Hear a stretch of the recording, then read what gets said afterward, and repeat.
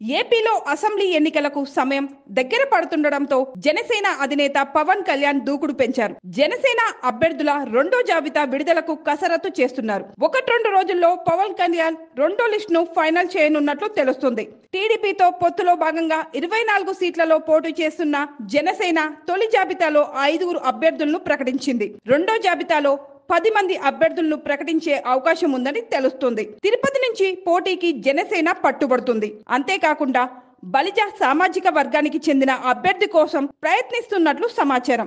జనసేన పరిశీలనలో ఉమ్మడి చిత్తూరు జిల్లా బలిజ నేతల పేర్లు ఉన్నట్లు చెబుతున్నారు. సరైన అభ్యర్థిని బరిలోకి దించేలా పవన్ కళ్యాణ్ ముందస్తుగా ప్లాన్ చేసుకున్నట్లు చెబుతున్నారు. ముందస్తుగా కొందరు అభ్యర్థుల పేర్లను ప్రకటించిన తర్వాత మూడో జాబితాలో పోటీ చేసే అన్ని స్థానాల అభ్యర్థుల పేర్లను ప్రకటించనున్నట్లు సమాచారం.